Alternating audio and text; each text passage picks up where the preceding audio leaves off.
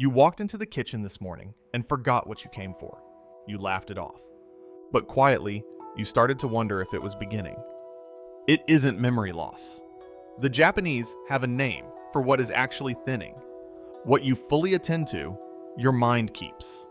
What you skim, it lets go. 5 small daily habits the Japanese still do. Most people have never heard of them. These habits are not memory exercises. The Japanese did not train memory directly. They trained nen, present mind. The word itself is built from 2 parts, now and mind. Now, mind. Full attention to the moment in front of you. Memory is not a muscle. It is the residue of attention.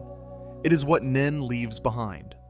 Modern life trains you to skim everything. Your meals, your mornings, your conversations, your hands. The 5 habits below train you to land somewhere fully, even briefly. 1. The hand drill.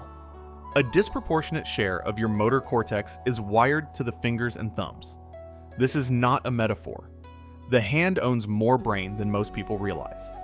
Deliberate, attentive finger movement wakes regions of the brain that nothing else reaches. Most people stop using their hands with intention somewhere in their 30s. The brain quietly thins where it stopped being asked to work. Tomorrow morning, 2 minutes. Thumb to each finger, both hands. Slowly, with attention. That is what the body does first. The next is what the hand does when no one is watching. 2. Kakikomi. A grandmother writes 1 paragraph by hand every morning. Not a journal entry, not a list. 1 paragraph. About anything. The weather, a memory. Something her granddaughter said the day before. The pen is the same one her father gave her 60 years ago. Kakikomi simply means the writing in. Pen on paper, daily, without performance. Neuroscience now confirms what Japan has practiced for generations. Handwriting activates a wide, integrated network across the brain. Motor cortex, visual cortex, hippocampus. Synchronizing in patterns linked to memory formation. Typing does not. The keys produce letters too easily for the brain to register. Handwriting is slow enough that the mind has to stay present for each word. Tomorrow morning, 1 paragraph. By hand. Anything at all. That is what the hand does. The next one is harder, because it asks something of you while another person is in the room. 3. The single conversation. In rural Japan, there is an unwritten rule among elders. When someone speaks, they have your full attention. Eyes, posture, breath.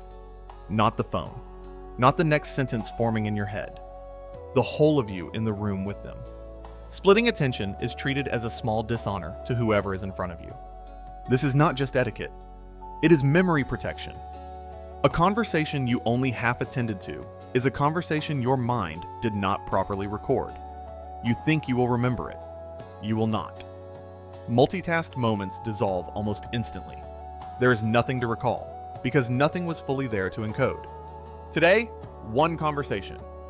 Phone down, eyes up. The whole of you in the room. The first 3 habits to train attention in the morning. The next 2 go deeper, into the body's daily rhythms. 4. Hara, hachi, bu. In Okinawa, the phrase is still spoken before meals. Hara, hachi, bu. Belly 8 parts of 10. Stop eating when you are 80% full. The phrase comes from a Confucian teaching adopted into Okinawan culture centuries ago.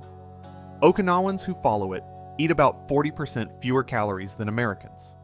They live longer, and they are less likely to develop dementia. Eating until full is a kind of skim. The plate empties before the body catches up. 80% demands attention. You have to feel where you are, not finish what is in front of you. Today, 1 meal. Set the fork down at 80%. Notice what fullness actually feels like before it becomes too much. That covers the body's input. What is left is the slowest practice of all. 5. The slow bowl. In Kyoto, an old tea master prepares matcha. He has done this twice a day for 50 years. Measure the powder. Heat the water to the right temperature, not boiling. Whisk in the precise rhythm. Lift the bowl with both hands. Drink. The whole ritual takes 10 minutes. He could make tea faster. He has chosen the slowness. Every day. For 50 years. This is the one almost everyone gets wrong. The slowness is not preparation for the practice. The slowness is the practice. The tea is not the point. The 10 minutes of complete attention is the point. For 10 minutes, his nen is whole. Nothing leaks. Today, one daily ritual done slowly on purpose. The tea, the morning coffee, the first glass of water. 10 minutes where nothing is rushed. That is the fifth. Memory is not stored in the brain the way files are stored on a drive. It is built from the attention you brought to the moment. What you skimmed left no trace. What you were present for, your mind kept. The Japanese kept this knowledge. The rest of the world traded it for speed. You are not losing your memory. You are losing your nen. And nen, unlike memory, can be rebuilt. Starting tomorrow morning. Of these 5, which one are you actually going to do tomorrow morning? And which one made you slightly uncomfortable to read? Drop it in the comments. Thank you for being here. Somewhere, before sunrise, a hand begins to move. Thumb to each finger in turn. Slowly, with attention. A mind, already present,